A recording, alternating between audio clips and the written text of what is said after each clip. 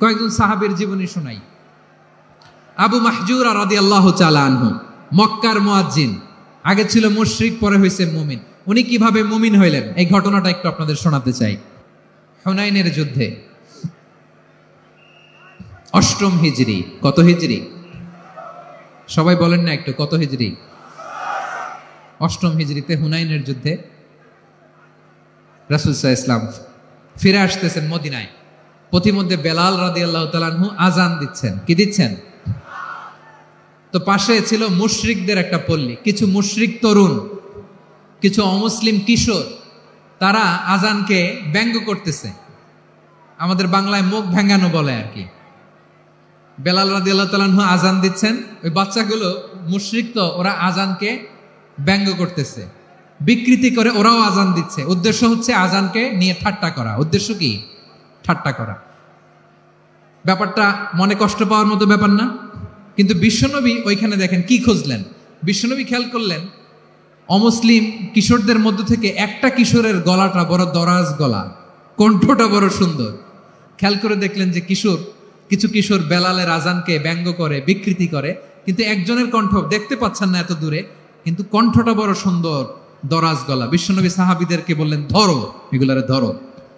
সবগুলারে ধরে বিশ্বনবী সামনে আনা হলো। ওরা হাঁটু গেড়ে বসলো। বিশ্বনবী বললেন, তোমাদের মধ্যে কে যেন ব্যঙ্গ করে আজান দিচ্ছিল, তার গলাটা বড় উঁচু, গলার বেসটা বড় মজবুত, মেলোডিয়াস, সুমধুর কণ্ঠ। কে? আবু মাহজুরা বলে, আমার বন্ধুরা সবাই আমার দিকে আঙ্গুল দেখায়, আমি পড়ে গেছি বিপদে। রাসূল সাল্লাল্লাহু আলাইহি ওয়াসাল্লাম বাকি অমুসলিম তরুণদেরকে ছেড়ে দিলেন, বললেন তোমরা যাও।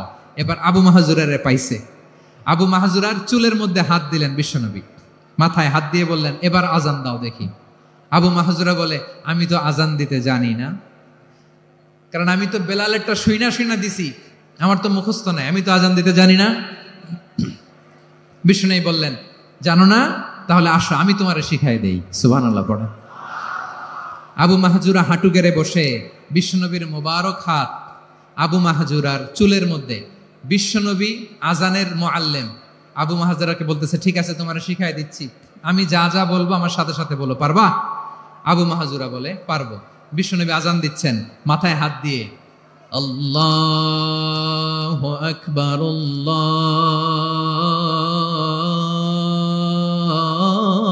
আল্লাহু আকবার। আবু মাহজুরা এই বাক্যটা পড়লেন। বিশ্বনবী দ্বিতীয় বাক্য পড়তে আরম্ভ করলেন, আল্লাহু আকবার,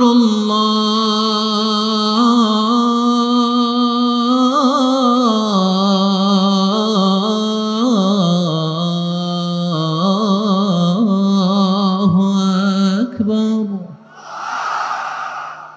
আবু মাহজুরা এই বাক্যটাও বললেন। বিশ্বনবী আবু মাহজুরার মাথার মধ্যে হাত দিয়ে তৃতীয় বাক্য পড়লেন। বিশ্বনবী একটা বাক্য পরে আবু মাহজুরা পরে, বিশ্বনবী পরে আবু মাহজুরা পরে। আবু মাহজুরা কিন্তু অমুসলিম, মুশরিক। আবু মাহজুরা বলে, এক একটা বাক্য পড়ি আমার কলিজাটা গলে ঠান্ডা হয়ে যায়। এতদিন মোহাম্মদকে গালি দিতাম, এখন মোহাম্মদ আমার মাথায় যখন হাত রাখছে আমার সারা শরীর ঠান্ডা হয়ে গেছে। বিশ্বনবী আজান শিখাচ্ছেন, একটা একটা বাক্য পড়ে আবু মাহজুরাও পড়ে, বিশ্বনবী পড়ে, আবু মাহজুরাও পড়ে।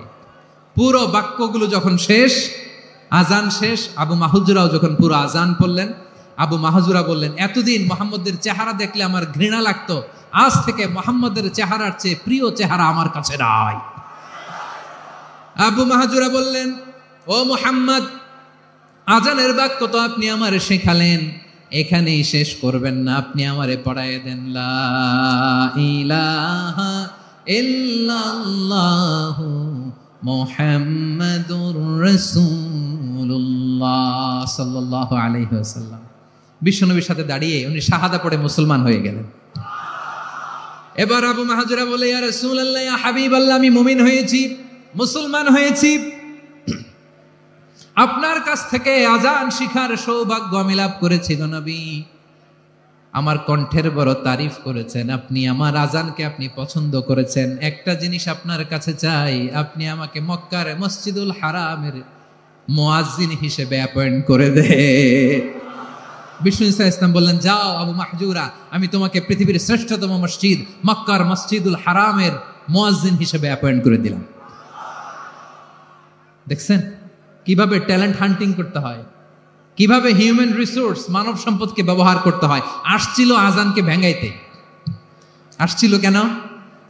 আজানকে ব্যঙ্গ করার জন্য, বিকৃত করার জন্য। আজানকে বিকৃত করতে যে ইসলামের সবচেয়ে শ্রেষ্ঠ মসজিদের মুয়াজ্জিন হয়ে গেল। পড়েন সুবহানাল্লাহ।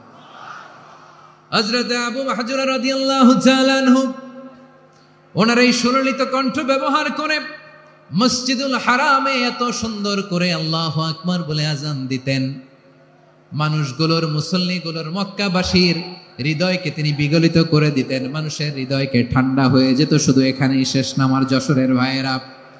বিশ্বনবী যখন সাইয়েদনা আবু মাহজুরা রাদিয়াল্লাহু তাআলা আনহুকে আজান শিখাচ্ছিলেন, বলেন তো বিশ্বনবীর হাতটা কোথায় ছিল? আবু মাহজুরার মাথার সামনে, এই চুলের উপরে ছিল। আবু মাহজুরা ওই স্মৃতিটাকে ধারণ করবার জন্য, ওই স্মৃতিকে বহন করার জন্য বিশ্বনবীর মোবারক হাত আবু মাহজুরার কপালের চুলের যেই জায়গায় লেগেছে, মৃত্যুর আগের দিন পর্যন্ত আবু মাহজুরা মাথার ওই চুলে কোনোদিন ছুরি আর কামার লাগায় নাই, সেখানে কেচি লাগায় নাই, চুলের মধ্যে খুর লাগায় নাই। আবু মাহজুরা ডান দিকের চুল কাটতো, বাম দিকের চুল কাটতো, পেছনের চুল কাটতো, সামনের চুল কাটতো না। আবু মাহজুরা রাদিয়াল্লাহু তাআলা আনহুর সামনের চুলগুলো বড় হতে হতে যখন এত বড় হয়ে যায়, তিনি চুলগুলো পেঁচিয়ে মাথার মধ্যে রাখতেন।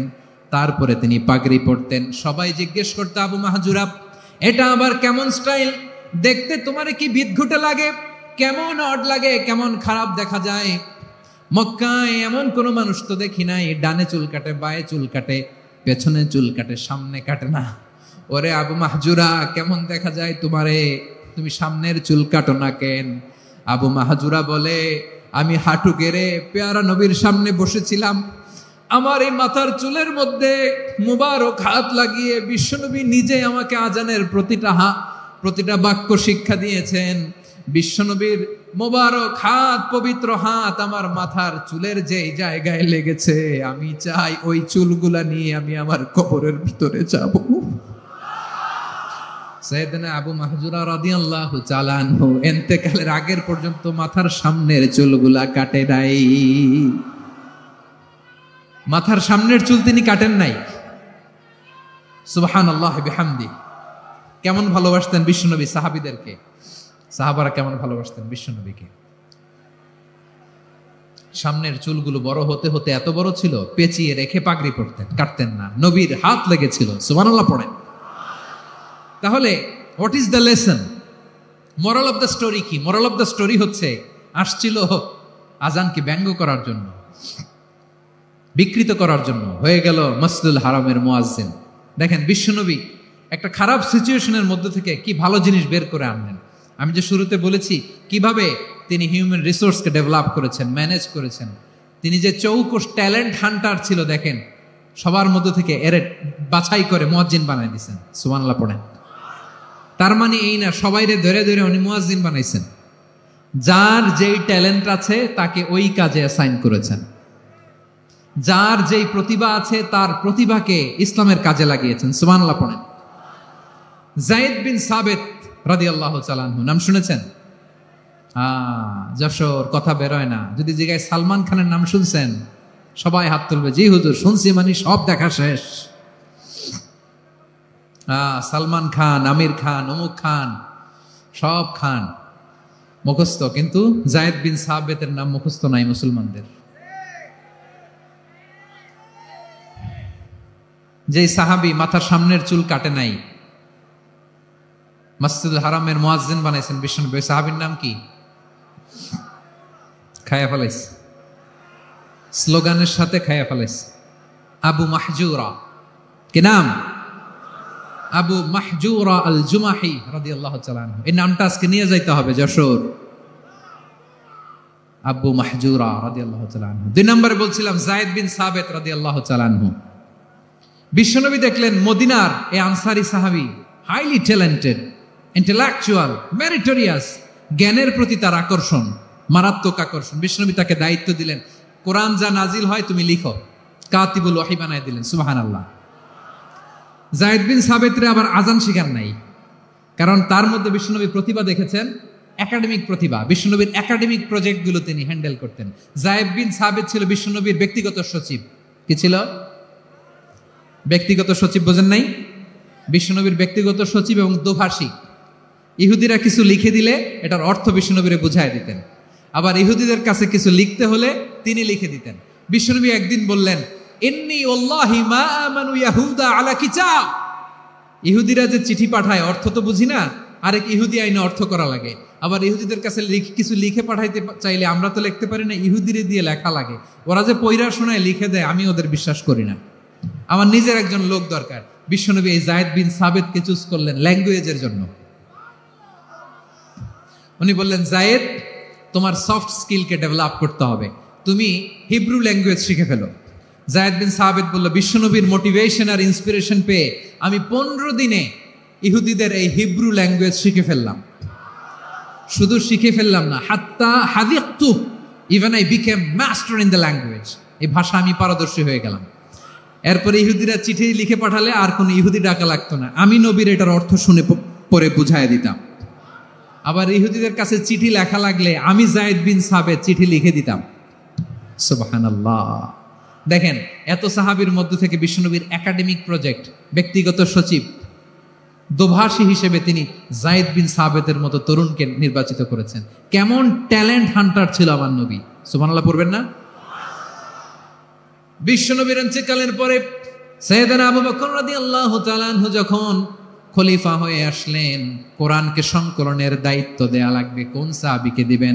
সব সাহাবারা মিলে পরামর্শ করলেন। সাইয়েদনা আবু বকর, ওমর সবাই মিলে এই বিশাল কোরআন সংকলনের গুরু দায়িত্ব বিশ্বনবীর ব্যক্তিগত সচিব, বিশ্বনবীর দোভাষী, বিশ্বনবীর সিলেক্ট করাই লোক যায়েদ ইবনে সাবিত রাদিয়াল্লাহু তাআলা আনহুকে দিয়েছে। কোরআনের কপি তো আজকে এখানে রাখে নাই। এই যে আজকের যে কোরআন পড়েন, এটা আগে এরকম ছিল না। কোরআন নাজিল হলে সাহাবারা চামড়ার, ওটের চামড়ায় লিখে ফেলতো, ওটের চ্যাপ্টা হাড্ডির মধ্যে লিখে ফেলতো, গাছের গুড়ির মধ্যে লিখে ফেলতো, বিভিন্ন জনের কাছে ছড়ানো ছিটানো ছিল। আবু বকর রাদিয়াল্লাহু তাআলা আনহু একসাথে করলেন, পরবর্তীতে ওসমান রাদিয়াল্লাহু তাআলা আনহু একসাথে করলেন 114 সূরার। এখন এই মুসহাফের প্রজেক্ট ম্যানেজার ছিল যায়েদ বিন সাবিত রাদিয়াল্লাহু তাআলা আনহু। কোরআন কম্পাইলেশনের প্রজেক্ট ম্যানেজার। দেখেন, উনারে মাথায় হাত দিয়ে আজান শিখায় নাই। সুবহানাল্লাহ কইবেন না? তাহলে প্রথম সাহাবী আবু মাহজুরাকে মুয়াজ্জিন বানাইলেন, যায়েদ বিন সাবিতকে ব্যক্তিগত সচিব আর দোভাষী বানালেন, মুসআব ইবনে উমাইর রাদিয়াল্লাহু তাআলা আনহুকে ইসলামের প্রথম অ্যাম্বাসেডর বানালেন। 3 নম্বর সাহাবীর নাম মুসআব। কি নাম? He was the first ambassador in Islam. ইসলামের প্রথম ডিপ্লোম্যাট, প্রথম কূটনৈতিক, ইসলামের প্রথম কূটনৈতিক, ইসলামের প্রথম ডিপ্লোম্যাট, প্রথম অ্যাম্বাসেডর মুসআব ইবনে উমাইর। মক্কার তরুণ যুবক, উনি পারফিউম লাগাইলে মানুষ দেখলেই বুঝতো এটা মুসআব লাগাইছে। এমন ড্যাশিং ফেসের ছিল, এমন স্মার্ট ড্যাশিং ফেস, এমন পার্সোনালিটির মানুষ ছিল মুসআব রাদিয়াল্লাহু তাআলা আনহু। কারণ যিনি ইসলামের স্পোকম্যান হবেন, মুখপাত্র হবেন, তার স্মার্ট হওয়ার দরকার আছে না নাই? আকাবার প্রথম শপথ যখন হলো, তাদের সাথে বিষ্ণু ঈসা ইসলাম মদিনাতে একজন মুখপাত্র পাঠালেন, ডিপ্লোম্যাটকে পাঠালেন, অ্যাম্বাসেডর অফ ইসলাম। তিনি হচ্ছেন মুসআব ইবনে উমাইর। পড়েন সুবহানাল্লাহ। বিশ্বনবী দেখলেন সে অনেক স্মার্ট, তার ডেডিকেশন আছে, সিনসিয়ারিটি আছে, এবং মদিনায় যে আউস খাজরাজ গোত্রের নেতাদের সাথে ডিল করতে হবে, ইহুদিদের সাথে ডিল করতে হবে, ওখানে একজন পাক্কা জানু খেলোয়াড়ের দরকার আছে না নাই? মুসআব ইবনে উমাইর রাদিয়াল্লাহু তাআলা আনহু, ওনাকে বিষ্ণু ঈসা ইসলাম চুজ করলেন। এবং বিষ্ণু ঈসা ইসলামের এই চুজিংটা, এই সিলেকশনটা এত সুন্দর ছিল, তিনি মদিনাতে যে বিশ্বনবী আসার আগেই মদিনার জমিনকে তিনি উর্বর করে ফেলছেন। প্রতিটা ঘরে ঘরে কালিমার দাওয়াত তিনি পৌঁছায় দিচ্ছেন। জুমার বিধান নাজিল হয়েছে, কিন্তু মক্কায় পরিবেশ নাই জুমা পালনের। বিষ্ণু ঈসা ইসলাম একজনকে দিয়ে খবর পাঠালেন, যাও মদিনায় মুসাবকে যে বলো, মুসাব তো আমার শিক্ষক, আমার স্পোকম্যান, মদিনাতে যেন তারা জুমা কায়েম করে। বিশ্বনবীর আগেই মুসআব মদিনার মুসলিমদেরকে নিয়ে মদিনায় প্রথম জুমা কায়েম করে ফেলছে। কোন সুবহানাল্লাহ। ডিপ্লোম্যাটদের কেমন হইতে হয়? হ্যাঁ, অ্যাম্বাসেডর কেমন হইতে হয় মুসআব রাদিয়াল্লাহু তাআলা আনহুর কাছ থেকে শিখে নাও। মুসআব নামটা কেমন লাগে? যশোর, যাদের সন্তান হবে, ছেলে সন্তান, আমার রাস্তায় পাইলি সবাই জিজ্ঞেস করে হুজুর একটা নাম দেন, আমার ছেলে হবে। যশোরবাসীর জন্য আমি একটা নাম দিয়ে দিলাম, নাম রাখতে হবে মুসআব। কি নাম?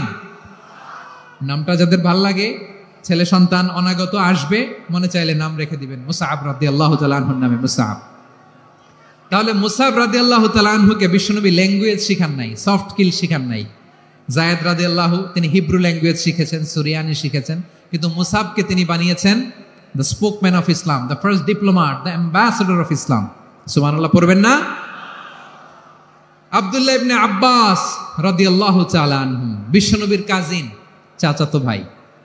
আবার মাইমুনা রাদিয়াল্লাহু তাআলা আনহু, মাইমুনা নবীর স্ত্রী, তিনি ছিলেন আব্দুল্লাহর আপন খালা। তো নবীর বউ যদি উনার খালা হয়, নবী তার কি? বুঝে নাই, নবী তার কি? খালু।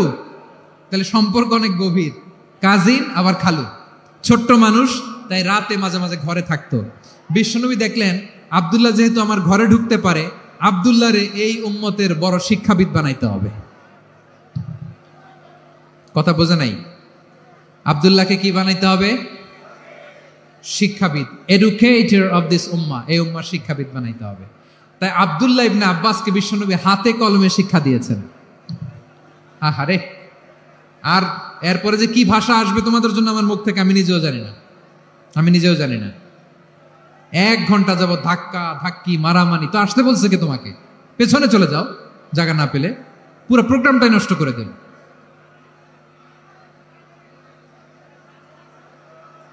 জি, আমার দিকে তাকান, আমি শেষ করে দিচ্ছি। হবে না, ইন্টেলেকচুয়াল আলোচনা এখানে হবে না, আমি বুঝতে পারছি, আমি শেষ করে দিচ্ছি। আব্দুল্লাহ ইবনে আব্বাস রাদিয়াল্লাহু তাআলা আনহু, মনোযোগ দিয়ে কয়েকটা মিনিট শুনুন, আমি এখনই শেষ করে দিচ্ছি, এরপর আওয়াজ করবে। এই যে এগুলো কি আমি বুঝলাম না। আমি বললাম না সব করা যাবে, বসে যাও, শুয়ে যাও, চলে যাও, আওয়াজ করা যাবে না। অন্যকে বসো এটাও বলার দরকার নাই, জাস্ট এদিকে তাকাও। আল্লাহ। আব্দুল্লাহ ইবনে আব্বাস রাদিয়াল্লাহু তাআলা আনহু, ওনাকে বিশ্বনবী হাতে কলমে শিক্ষা দিয়েছেন, যেহেতু উম্মতের শিক্ষাবিদ হবেন, এডুকেটর হবেন। তো বিশ্বনবী রাতে যখন তাহাজ্জুদ পড়তেন, ছোট্ট আব্দুল্লাহ ঘরে থাকতো। বুঝতে পেরেছেন? ছোট্ট মানুষ তো ঘরে থাকতো। তো বিশ্বনবী তাহাজ্জুদের জন্য একবার দাঁড়িয়েছেন, ছোট্ট আব্দুল্লাহ ওযু করে দাঁড়াইছে। আচ্ছা বলেন তো, ইমাম আর মুসল্লি মোট যদি 2 জন হয়, একজন ইমাম একজন মুসল্লি, তো মুসল্লি ইমামের কোন দিকে দাঁড়াবে? ডানে দাঁড়াবে। ছোট্ট আব্দুল্লাহ বুঝে নাই, বিশ্বনবী তাহাজ্জুদ শুরু করেছেন, উনি ইক্তেদা করছেন আর দাঁড়াইছেন বায়ে। কোথায় দাঁড়িয়েছেন? আব্দুল্লাহ বলেন, যখন আমি বায়ে দাঁড়ালাম, আখাযা রাসূলুল্লাহ সাল্লাল্লাহু আলাইহি ওয়াসাল্লাম উযুনি আল ইউমনা ইয়াফতিলুহা, বিশ্বনবী নামাজরত অবস্থায় আমার কান ধরে টেনে আমার ডান দিকে এনে দাঁড় করায় দিলেন। পড়েন সুবহানাল্লাহ। দেখেন, হাতে কলমে শিক্ষা। আর জীবনে ভুল হবে? কথা কয় না, আর ভুল হবে? আর ভুল হবে না। এভাবে বিশ্বনবীর অনেক সঙ্গ পেয়েছেন, সফর করেছেন, একই বাহনে বসেছেন, এক বাহনে বসে লম্বা নসিহত করেছেন, বলেছেন, ইয়া গোলাম ইহফাজিল্লাহ ইয়াহফাজকা, ইহফাজিল্লাহ তাজিদহু তুজাহাক, ইযা সাআলতা ফাসআলিল্লাহ ওয়া ইযা ইসতাআনতা ফাসতাইন বিল্লাহ। আল্লাহর বিধান মানো, আল্লাহর বিধান রক্ষা করো, আল্লাহ তোমায় রক্ষা করবে। আব্দুল্লাহ, চাইতে হলে আল্লাহর কাছে চাও, সাহায্য চাইতে হলে আল্লাহর কাছে সাহায্য চাও। মনে রেখো, গোটা বিশ্বের সবাই যদি তোমার সাহায্য করতে চায়, ততটুকুই করতে পারবে যতটুকু আল্লাহ তোমার নসিবে রেখেছে।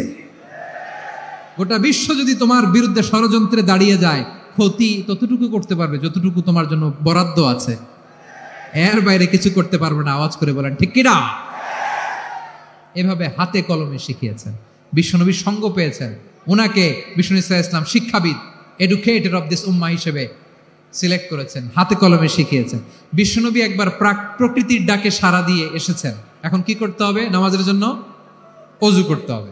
বিশ্বনবী এসেই দেখেন ওযুর বদনায় পানি ভরা, খুশি হয়ে গেলেন, বললেন, কে রেখেছে পানি? একজন বলল, আব্দুল্লাহ রেখেছে। বিশ্বনবী অত্যন্ত খুশি হলেন, খুশি হয়ে একটা দোয়া করলেন, বললেন, আল্লাহুম্মা ফাক্কিহু ফিদ্দীন ওয়া আল্লিমহু তা'ওয়ীল। আল্লাহ, তুমি আব্দুল্লাহকে দিনের বুঝ দিও আর কোরআনের তাফসির শিক্ষা দিও। বিশ্বনবীর এই দোয়া এমন লাগছে, উনি রঈসুল মুফাসসিরিন, এই পৃথিবীতে যত মুফাসসির ছিল, যত মুফাসসির আসবে, সকল মুফাসসিরের সম্রাট হিসেবে স্বীকৃত হয়েছেন আব্দুল্লাহ ইবনে আব্বাস। বিশ্বনবী ওনারে আজান শিখান নাই, বিশ্বনবী ওনারে ল্যাঙ্গুয়েজ শিখান নাই, বিশ্বনবী ওনারে অ্যাম্বাসাডর বানান নাই, হাতে কলমে শিক্ষা দিয়েছেন। ছোট্ট মানুষ বিশ্বনবী ইন্তেকাল করলেন, আবু বকরের সময় গেল, ওমরে ফারুকের খেলাফত, তখনও তিনি তরুণ। ওমরে ফারুক রাদিয়াল্লাহু তাআলা আনহু ওনার ক্যাবিনেট মিনিস্ট্রির বৈঠকে এই আব্দুল্লাহ ইবনে আব্বাসকে পাশ দিয়ে বসায় রাখতেন। বয়স্ক সাহাবারা এটা পছন্দ করতো না, তারা বলতো ঘটনা কি, আব্দুল্লাহর মতো ছেলে নাতি আমাদের আছে, এরা কেন রাখে ওমরে ফারুক? ওমরে ফারুক এটা টের পেলেন, তিনি বুঝতে পারলেন যে ক্যাবিনেট মেম্বাররা এটা পছন্দ করে না, ছোট্ট আব্দুল্লাহরে কেন রাখি, কেন যে রাখি এটা একদিন বুঝাবো। একদিন মিটিংয়ে তিনি সবাইকে বললেন, ইদা জাআ নাসরুল্লাহি ওয়াল ফাতহ। এই আয়াত দ্বারা উদ্দেশ্য কি বলেন তো মুরব্বী সাহাবীরা? এক সাহাবী বলেন, এই সূরা দ্বারা উদ্দেশ্য, আল্লাহ বলেছেন আমাদেরকে বিভিন্ন ল্যান্ড, বিভিন্ন এলাকা বিজয় করতে হবে। ওমরে ফারুক বললেন, না, হয়নি।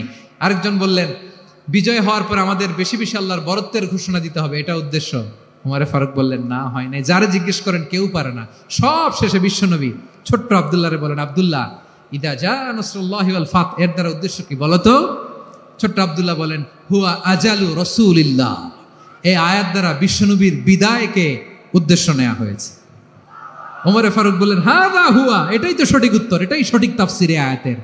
কারণ ইদা জাআ নাসরুল্লাহি ওয়াল ফাতহ, যখন আল্লাহর সাহায্য আর বিজয় আসবে, ওয়া রাআইতান নাসা ইয়াদখুলুনা ফি দীনিল্লাহি আফওয়াজা, আপনি দেখবেন দলে দলে, ঢলে ঢলে, বানের পানির মতো মানুষ ইসলামের দিকে ঢুকতেছে, ইসলামের বিজয় হয়েছে। তো ইসলামের বিজয়ের মিশন নিয়ে নবী আসছে, বিজয়ী যখন হয়ে গেছে, এখন তো নবীর বিদায় হবে।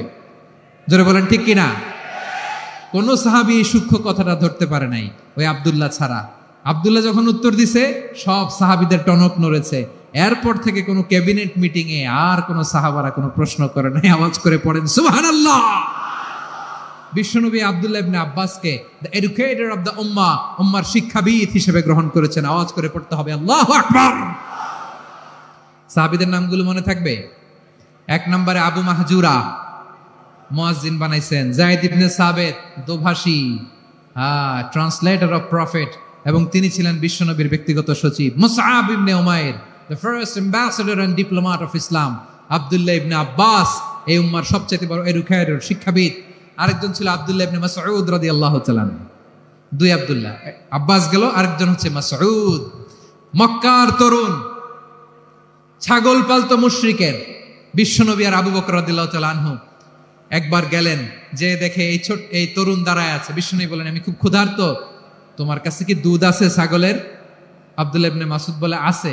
ওয়ালাকিন আনা মুতামান, কিন্তু যে দুধ আছে এটা আমানতের, আমি দিতে পারবো না। বিশ্বনবী এইটা শুনেই তারা টার্গেট করে ফেলছে। আনা মুতামান, দুধ আছে কিন্তু এটা আমার মালিকের, আমি তো দরদ দেখাই, আমার মালিকের দুধ আপনি পথিক, আপনারা দিতে পারি না। বিশ্বনবী টার্গেট করে ফেলছেন, এরে আমার কাজে লাগাইতে হবে।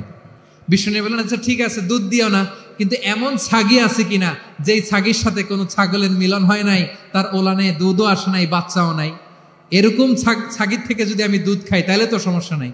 বলতেছে, এরকম ছাগির থেকে দুধ খাইলে সমস্যা নাই, কারণ এরকম ছাগির ওলান থেকে দুধ আসবেও না। বলতেছে, ঠিক আছে, এরকম একটা ছাগি নিয়ে আসা হলো। বিশ্বনবী বিসমিল্লাহ বলে ওই ছাগির ওলানে হাত দিলেন। হাত দিতে দেরি, পুরো ওলানটা দুধে ভরে যেতে দেরি হয় না। বিশ্বনবী আর আবু বকর রাদিয়াল্লাহু তাআলা আনহু দহন করে পেট ভরে খেলেন। এই দৃশ্য আব্দুল্লাহ ইবনে মাসউদের হৃদয়ে দাগ কাটলো। এই মুআজিজা দেখে তিনি বললেন, আশহাদু আল্লা ইলাহা ইল্লাল্লাহ ওয়া আশহাদু আন্না মুহাম্মাদুর রাসূলুল্লাহ। তিনি ষষ্ঠ মুসলিম ছিলেন, 6 নম্বর মুসলমান। ওনাকে টার্গেট করে বিশ্বনবী দেখলেন এমন ইন্টেলেকচুয়াল ব্রেন, উনি সূক্ষ্ম সূক্ষ্ম জিনিস বুঝে বেশি, ফিকহি জ্ঞান ওনার মধ্যে বেশি। বিশ্বনবী ওনাকে কোরআনের জ্ঞান শিক্ষা দিতে লাগলেন। উনি বিশ্বনবী সবার কাছে কোরআন শোনায়, কিন্তু বিশ্বনবী নিজে আব্দুল্লাহ ইবনে মাসউদের কাছ থেকে কোরআন শুনতো। বিশ্বনবী একবার বললেন, ইকরা আলাইয়া ইয়া মাসউদ। ইবনে মাসউদ, একবার শোনাও তো কোরআন দেখি। আব্দুল্লাহ ইবনে মাসউদ বলে, আকরাউ আলাইকা ওয়া আলাইকা উনজিল। নবী, আপনার উপর কোরআন নাজিল হয় আর আমি আপনার সামনে কোরআন পড়ব। বিশ্বনবী বললেন, ইন্নী উহিব্বু আন আসমাআহু মিন গায়রি। আমি নিজে পড়তে যেমনি ভালোবাসি, অন্যে পড়ুক আমি শুনবো, এটাও আমি ভালোবাসি। সূরা নিসা তিনি তেলাওয়াত করে শুনিয়েছেন। এমন সূক্ষ্ম সূক্ষ্ম বিষয় বিশ্বনবী উনাকে ধরিয়ে দিয়েছেন, উনি হয়ে গিয়েছেন আব্দুল্লাহ ইবনে আব্বাস হয়েছেন রাইসুল মুফাসসিরিন, উনি হয়ে গিয়েছেন ফাকিহুল উম্মাহ। ওনার চাইতে বড় ফকি এই পৃথিবী আর দেখবে না, চিল্লায় বলেন সুবহানাল্লাহ। উনি বলতেন ওয়াল্লাহি ওয়াল্লাহি ইল্লাযী লা ইলাহা গায়রু মা উনজিলাত সূরাতুন ইল্লা ওয়া আনা আ'লামু আইনা উনজিলাত ওয়া ফীমা উনজিলাত। বিশ্বনবী এমন ভাবে কোরআনের দার্স আমাকে দিয়েছেন, কোরআনে যত সূরা নাজিল হয়েছে, যেখানে নাজিল হোক না কেন আমি জানি এটা কোথায় নাজিল হয়েছে এবং কোন প্রেক্ষাপটে নাজিল হয়েছে। এমন একটা সূরা নাই যে সূরার কোথায় নাজিল হয়েছে আমি মাসুদের জানা নাই, কোন প্রেক্ষাপটে নাজিল হয়েছে আমার জানা নাই। এরকম ঘটবে না, চিল্লায় বলেন আল্লাহু আকবার। এই আব্দুল্লাহ ইবনে মাসউদ রাদিয়াল্লাহু তাআলা ওমর ফারুকের সময় কুফার চিফ জাস্টিস ছিলেন। কুফা নগরীর চিফ জাস্টিস, চিফ জাস্টিস বোঝেন নাই? বিচারপতি। কি ছিলেন? সবাই বলে নাই কি ছিলেন? বিচারপতি ছিলেন। এবং ওনার যে ফিকহি জ্ঞানের ধারা, এটাই আলকামা, ইব্রাহিম আন-নাখাই, হাম্মাদ ইবনে সুলাইমান হয়ে ইমাম আবু হানিফা পর্যন্ত পৌঁছেছে। এবং ওনার ফিকহি জ্ঞানের ধারাই হানাফি মাযহাবে অ্যাকসেপ্ট হয়েছে। আজও এগুলো হানাফি মাযহাবে চর্চিত হয়। হানাফি মাযহাবের সব ফিক আব্দুল্লাহ ইবনে মাসউদের ফিকহি জ্ঞানের ধারা থেকে নেওয়া হয়েছে, চিল্লায় পড়েন সুবহানাল্লাহ। তাহলে উনাকে বিশ্বনবী বানিয়েছেন জুরিস্ট, আইনবিদ, ফকিহ। ওনারে আজান শিখান নাই। হিউম্যান রিসোর্স ডেভেলপমেন্ট কিভাবে করবেন, মানব সম্পদের উন্নয়ন কিভাবে করতে হয়, কিভাবে যার যেখানে প্রতিভা কাজে লাগাতে হয় উনি দেখিয়েছেন। সুবহানাল্লাহ পড়বেন না? খালিদ বিন ওয়ালিদ নাম শুনছেন? কে কে শোনেন নাই হাত তোলেন। কি ছিলেন? বীর যোদ্ধা ছিলেন খালিদ বিন ওয়ালিদ। কিন্তু তিনি ইসলাম ধর্ম গ্রহণ করেছেন অনেক দেরিতে, 8ম হিজরিতে। তার মানে 8ম হিজরির আগে উনি মুশরিকদের পক্ষে লড়াই করেছেন। ওনার হাতে কত মুসলিম সাহাবী যে নিহত হয়েছে হিসাব নাই।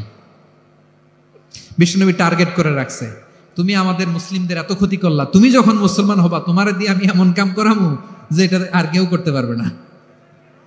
সুবহানাল্লাহ নাই? যশোর ক্লান্ত হয়ে গেছে।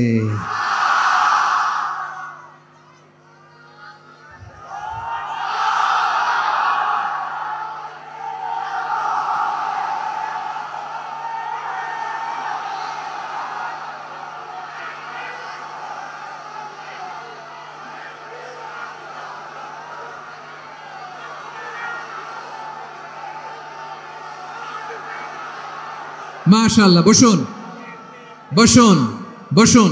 খালিদ বিন ওয়ালিদ রাদিয়াল্লাহু তাআলা আনহু 8ম হিজরিতে মুসলিম হয়েছেন, মক্কা বিজয়ের আগে। তো মক্কা বিজয়ের আগে যখন মুসলিম হয়েছেন, এর আগে কি করছেন? কাফিরদের সাথে যুদ্ধ করেছেন। উনি উহুদের যুদ্ধে মুসলমানদের যে পরাজয় ভাব, কঠিন পরিস্থিতির মুখোমুখি ওনার কারণে পিছন থেকে এমন আতর্কিত আক্রমণ করেছেন, মুসলমানদেরকে কচুকাটা করেছেন। 8ম হিজরিতে আল্লাহ তাআলা হেদায়েতের নূর দিয়ে ওনার হৃদয়টাকে উজালা করে দিলেন। লা ইলাহা এটা এমন বাণী যার হৃদয়ে একবার টাচ খাবে, এইটা থেকে সে আর পালিয়ে বেড়াতে পারে। ঝিনুকের ভেতর লুকিয়ে থাকে যেমন মতি, ঝিনুকের ভেতর লুকিয়ে থাকে যেমন মতি, কলমা শাহাদাতে আছে আল্লাহর জ্যোতি, কলমা শাহাদাতে আছে আল্লাহর জ্যোতি। ঠিক কিনা বলেন?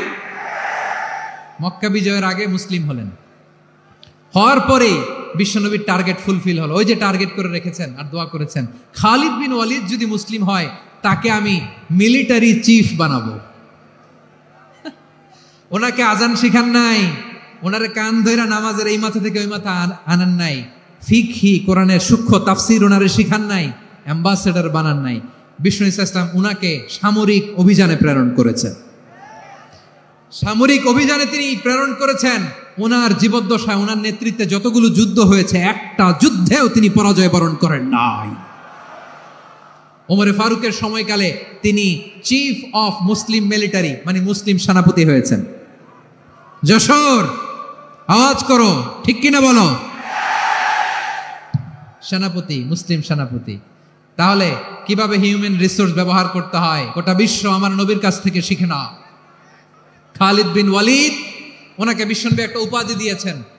উপাধিটা হচ্ছে সাইফুল্লাহিল মাসলুল, আল্লাহর নাঙ্গা তরবারি, আল্লাহর খোলা তরবারি, দ্য ওপেন সোর্ড অফ আল্লাহ। খালিদ বিন ওয়ালিদ মুসলিম সেনাপতি। হাসান বিন সাবেত, নাম শুনছেন? দেখি উনি কি ছিল বলেন। রাসূলের সভা কবি, কালচারাল হিজিমনিকে ডিফিট করার জন্য। উনি ভালো অস্ত্র চালানো জানতেন না, ওই কাজে উনি যেতেন না। ওনার ছিল কাব্য প্রতিভা।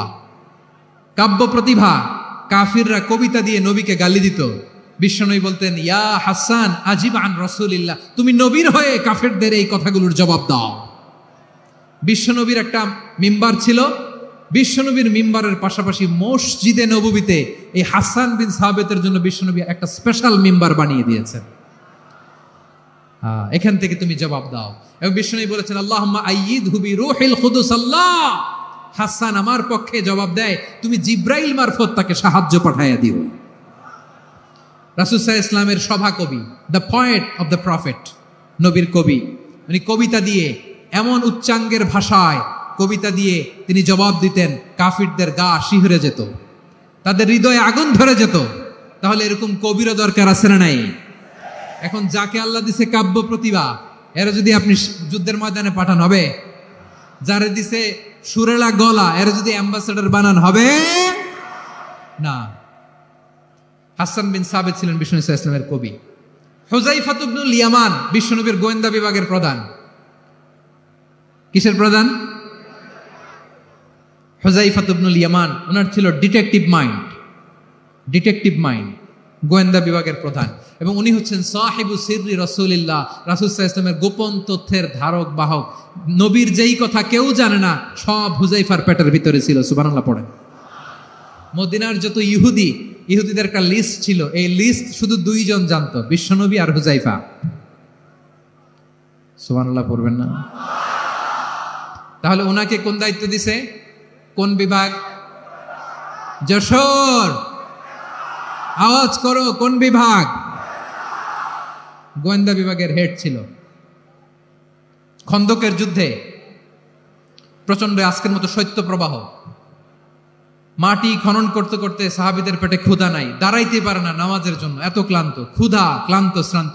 বিশ্বনবী বললেন, কে আছো এই কঠিন শীত, এই ভয় আর ক্ষুধার মধ্যেও খন্দকের পরীক্ষার টপকে শত্রু শিবিরে যে আমাকে তথ্য দিবা, কে আছো? কারো গায়ে শক্তিই নাই যে দাঁড়াবে, কেউ দাঁড়ায় না। বিশ্বনবী তখন নিজে হুযায়ফাকে ডাক দিলেন, হুযায়ফা, যে আমাকে আজকে শত্রু শিবিরের তথ্য এনে দিবে, সে জান্নাতে আমার মোরাফাকা, আমার সঙ্গী হবে।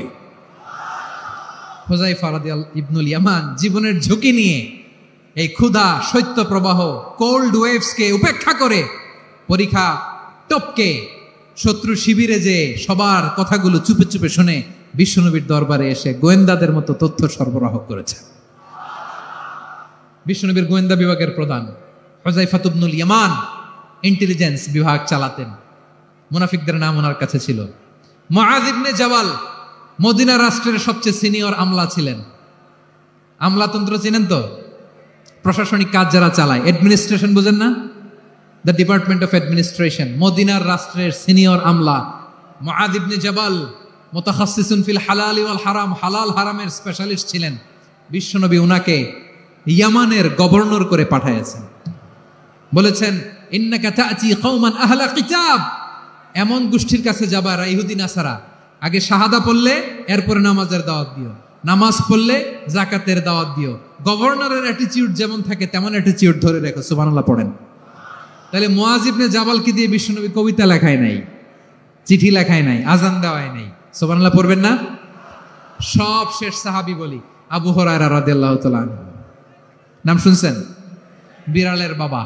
কি করতেন? খালি হাদিস মুখস্থ করতেন। উনি বলতেন, আলজামু রাসূলুল্লাহ আলা মিল ইবাতনি, আমার শুধু পেটের ক্ষুধার বন্দোবস্ত হইলে আমি নবীর সঙ্গ ছাড়তাম না। আমার আনসার সাহাবারা ক্ষেত খামারের কাজ করতো, আমার মুহাজির সাহাবারা ব্যবসা করতো, আর আমি নবীর সাথে সাথে থাকতাম। শুধু সকাল বিকাল দুই বেলা যদি আমার খাবারের বন্দোবস্ত হয়, আমি আর নবীর লগ ছাড়ি না। সুবহানাল্লাহ কইবেন না? 5374টা হাদিস তিনি বর্ণনা করেছেন। সবচেয়ে বেশি হাদিস বর্ণনাকারী সাহাবী। হাদিস প্রিজার্ভেশনের কাজে বিশ্বনবী ওনাকে কাজে লাগিয়েছেন। উনি একদিন বলেন, ইয়া রাসূলুল্লাহ আসমাউ মিনকা কাসীরান ফালা আহফাজু, নবী অনেক কথা শুনি আমার মনে থাকে না। বিষ্ণু বললেন, তাই? উবসুত রিদাক, তোমার চাদরটা বিছাও। আবু হুরায়রা বিছালেন, বিশ্বনবী হাত বুলায় দিলেন, এরপরে অনেক হাদিস বর্ণনা করলেন। আবু হুরায়রা বলে, তারপর থেকে বিশ্বনবী যাই বর্ণনা করে আমি শুনি আর একটাও বলি না। এখন সুবহানাল্লাহ। বিশ্বনবী ওনাকে হাদিস প্রিজার্ভেশন, নবীর এই যে লক্ষ্য হাদিস প্রিজার্ভেশনের এই দায়িত্ব দিয়েছেন সাইয়েদনা আবু হুরায়রা রাদিয়াল্লাহু তাআলা আনহুকে। প্রিয় ভাইরা, তাহলে 10 জন সাহাবীর কথা যে বললাম, আপনারা কি খেয়াল করেছেন কত বড় ট্যালেন্ট হান্টার, চৌকস ট্যালেন্ট হান্টার ছিল আমার নবী।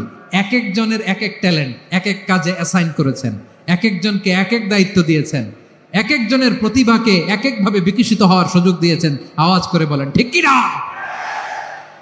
এখন আমার পর্দার আড়ালে আমার মায়েরা বলবে, এতগুলো পুরুষ সাহাবীর কথা বললো, নারী সাহাবীরা কি কিছু করে নাই?